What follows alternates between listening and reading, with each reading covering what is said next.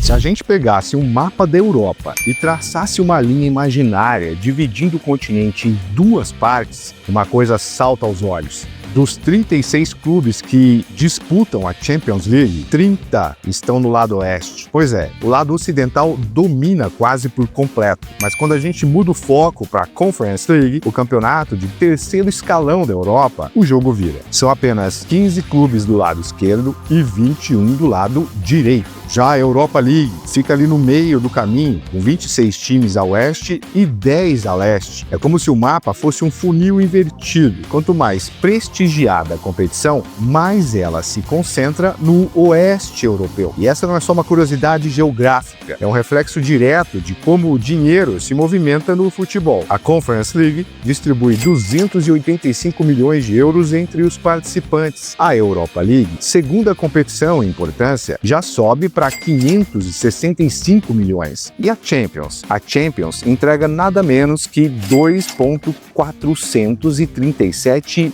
bilhões de euros. Isso mesmo, quase 10 vezes mais que a Conference League. E aí vem a pergunta que realmente importa. Essa distribuição é só uma questão de desempenho esportivo ou ela revela uma desigualdade estrutural que deixa o leste europeu fora do grande negócio?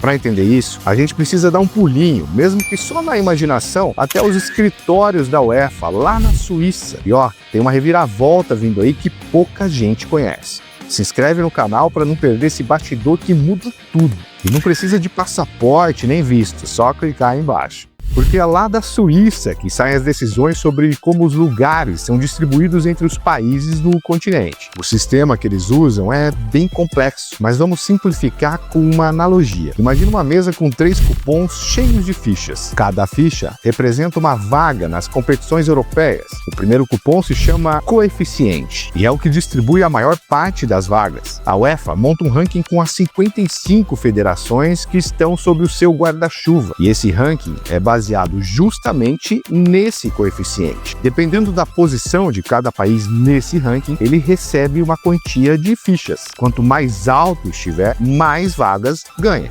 O desafio é entender como esse tal coeficiente é calculado. E o primeiro passo é saber que ele depende dos resultados dos clubes daquele país nas competições europeias. Por exemplo, se o PSG vence a Champions League, isso melhora o coeficiente da França. E não é só o desempenho de um único ano que conta, são os últimos 5 anos, excluindo o mais recente. Então, para definir os lugares da temporada 2025-26, foram considerados os resultados de 2023-24 para trás. Na hora de contabilizar esses resultados, a UEFA usa um sistema de pontos, mas não é aquele tradicional de 3 pontos por vitória e 1 por empate. Seria fácil demais.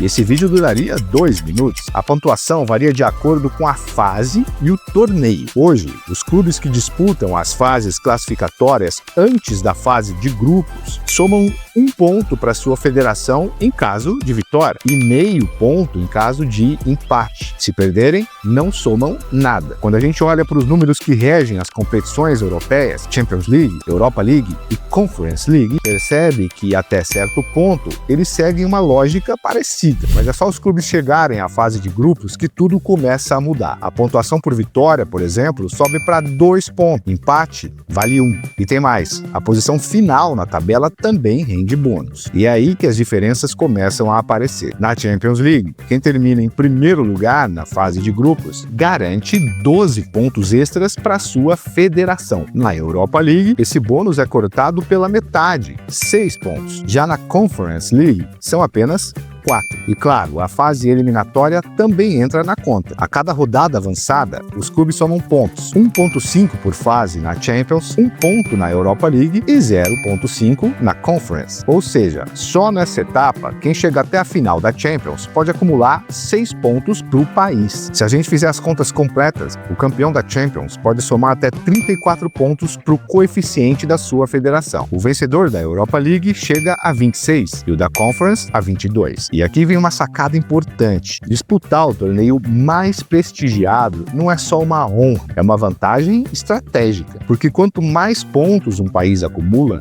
melhor ele fica posicionado no ranking da UEFA. Isso aumenta as chances de conquistar mais vagas nas próximas temporadas. Mas aí você pode se perguntar, tá, mas tem país que entra com 5 clubes e outro com só um? Isso não é justo?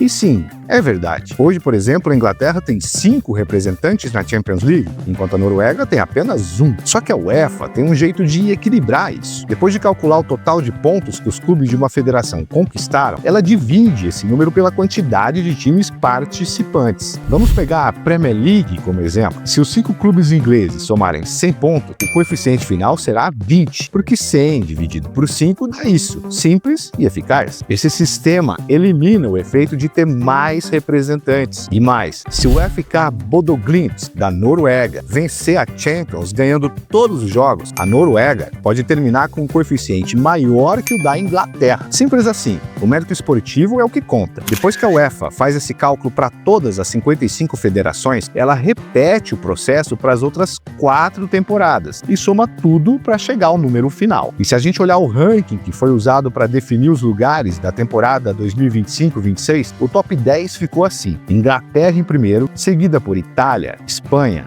Alemanha, França, Países Baixos, Portugal, Bélgica, Turquia e Tchequia. Se liga nesse detalhe: dos 10 primeiros colocados no ranking da UEFA, 8 são de ligas da Europa Ocidental. Isso já diz muito sobre o cenário atual do futebol europeu. Mas a pergunta que realmente importa é: quantas vagas cada uma dessas ligas recebe de fato?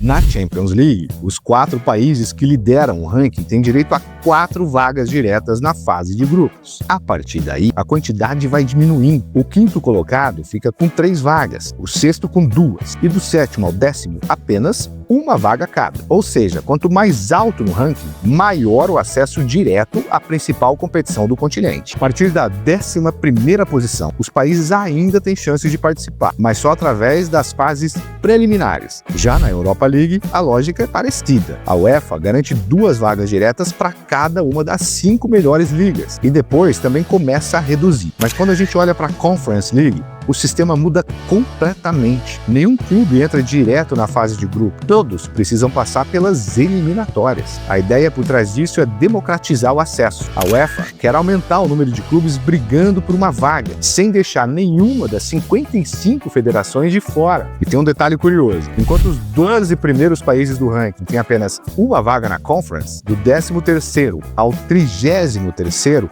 ganham 2 e do 34º em diante recebem 3. A Estônia, por exemplo, que está na 48ª posição, tem direito a 3 vagas. Ou seja, o inverso da Champions League. Estar mais abaixo no ranking garante mais oportunidades. Isso deixa claro qual é o propósito da Conference: ser uma porta de entrada para os países com menos tradição no futebol europeu. É uma forma de inclusão, mesmo que um torneio de menor prestígio. E é justamente por isso que a gente vê tantos clubes do Oeste europeu na Champions e tantos do Leste na Conference. Mas aí vem a dúvida: será que isso é justo? A resposta rápida seria que os clubes do Oeste são mais fortes e por isso merecem mais vagas. Pode até ser verdade, daqui a pouco a gente vai ver como isso também afeta o lado financeiro, mas o sistema atual acaba reforçando essas diferenças. Como já vimos, disputar os torneios mais importantes gera mais pontos no coeficiente da UEFA e isso, por sua vez, garante mais vagas no futuro. É um ciclo que se retroalimenta. E tem mais: existe um segundo critério chamado postos de rendimento europeu, que distribui 2 vagas extras para o torneio da orelhuda. Essas vagas vão para os 2 países que tiveram o melhor coeficiente na temporada anterior. Lembra que o ranking da UEFA considera os últimos 5 anos, mas ignora o mais recente? Pois é justamente esse ano que é usado para definir essas vagas extras. Na temporada 2025-26, os países beneficiados foram Inglaterra e Espanha. Resultado: Newcastle United e Vila Real garantiram presença na Champions e comemoraram bastante. E sabe quem merece os aplausos por essas vagas extras na Champions League? Barcelona e Arsenal. Foram eles que, com campanhas brilhantes na temporada anterior, impulsionaram seus países no ranking da UEFA. Isso mostra como o desempenho de um clube pode ter um impacto direto no futebol nacional. Não é só sobre vencer, é sobre abrir caminho para outros. Agora vamos falar do terceiro terceiro e último cupom que entra nessa equação, o dos campeões. Ele é mais enxuto, tem só 3 fichas, mas carrega um peso enorme. Esse cupom premia os vencedores das competições europeias da temporada anterior. Quem leva a orelhuda ou a taça da Europa League já garante vaga automática na próxima edição da Champions. Já o campeão da Conference League sobe um degrau e vai direto para a Europa League, a menos, claro, que já tenha se classificado pela sua Liga Nacional. Foi o que aconteceu com o Chelsea em 2025. E tem mais um detalhe importante: se o campeão da Champions já tiver garantido sua vaga pelo campeonato local, essa ficha extra não fica perdida. Ela é repassada para a próxima federação no ranking que ainda não tem vaga direta na fase de grupos. Em 2025, por exemplo, o título do PSG abriu uma oportunidade inédita para a Grécia, que viu o Olympiacos entrar direto na fase principal da Champions, um feito histórico. Mas como a gente já comentou lá no início, essa distribuição de vagas não é só uma questão de prestígio ou mérito esportivo, ela tem um impacto direto na saúde financeira dos clubes. Estar em uma competição ou em outra muda completamente o cenário. E para entender isso, é essencial saber que a UEFA não só organiza os torneios, ela também é responsável por arrecadar e distribuir o dinheiro que circula neles. As receitas vêm de 3 fontes principais: os direitos de transmissão dos jogos, os patrocínios e a venda de ingressos das finais, que são organizadas diretamente pela confederação. E os números são gigantescos. Só na temporada 2025-26, a previsão é de uma arrecadação de 4,4 bilhões de euros. É isso mesmo que você ouviu, bilhões. Desse montante, 83% vem da televisão, 15% dos patrocinadores e apenas 2% da bilheteria. O que isso quer dizer? Que o que realmente move essa engrenagem é o quanto emissoras como DAZN e ESPN estão dispostas a pagar para transmitir os jogos. E aqui entra um ponto crucial: esse dinheiro não é dividido de forma igual entre os 3 torneios. Os canais não desembolsam o mesmo valor por uma final entre PSG e Inter do que por Chelsea e Real Betis, por exemplo. O interesse do público é completamente diferente e a UEFA sabe disso. Dos 4,4 bilhões arrecadados, 87% vem da Champions League. Os outros 13% são divididos entre a Europa League e a Conference. É uma disparidade que reflete diretamente no poder de fogo dos clubes envolvidos. A UEFA sabe muito bem qual é o produto mais valioso. A Champions League é o carro-chefe, o grande espetáculo, o torneio que atrai os holofotes do mundo inteiro. Mas isso não significa que os clubes que disputam a competição principal fiquem com todo o dinheiro. A distribuição dos recursos é uma decisão estratégica da organização. Embora ela pudesse, tecnicamente, dividir tudo de forma igualitária entre os torneios, não é isso que acontece. Antes de qualquer coisa, a UEFA separa uma fatia de 1,113 bilhão de euros. Esse valor é destinado à manutenção da própria entidade, ao apoio de clubes que não participam das competições, aos projetos de desenvolvimento do futebol europeu. O que sobra, 3,287 bilhões de euros, vai direto para os clubes que disputam a Champions League, a Europa League e a Conference League. E aí vem a divisão. A Champions fica com a maior parte, claro, 2,437 bilhões, o que representa 74% do total. A Europa League recebe 565 milhões, ou 17%, e a Conference League fica com os 85 milhões que restaram, que equivale a 9%. Esses números revelam 2 coisas importantes. Primeiro, que o maior prêmio está mesmo na Champions. Segundo, que ela, de certa forma, ajuda a financiar as competições menores. Afinal, se a Champions gera 87% da receita total e recebe 74%, essa diferença é usada para reforçar os prêmios das outras 2 ligas. Agora, vamos entender como esse dinheiro é distribuído entre os clubes. E tem uma parte dessa divisão que vai te surpreender. Já deixa o like e compartilha com quem vive dizendo que todo clube ganha igual. Spoiler, não é bem assim. Apesar das diferenças nos valores, o método é o mesmo para todas as competições. A UEFA trabalha com 3 pilares: o pilar equitativo, o pilar de desempenho esportivo e o pilar de valor de mercado. O primeiro deles, o pilar equitativo, define um valor fixo para cada clube participante, independentemente do desempenho. Na Champions League, esse montante é de 670 milhões de euros. Na Europa League, são 155 milhões. Já na Conference League, 114 milhões. Traduzindo isso para o bolso de cada clube, só por estar na competição, cada time recebe 18,6 milhões na Champions, 4,3 milhões na Europa League e 3,2 milhões na Conference. E se a gente volta ao mapa que vimos lá no início, a concentração de dinheiro acompanha a concentração de vagas. Nada menos que 76% desse dinheiro vai para os clubes do oeste europeu. Apenas 24% fica com os do leste. Ou seja, quanto mais vagas um país tem,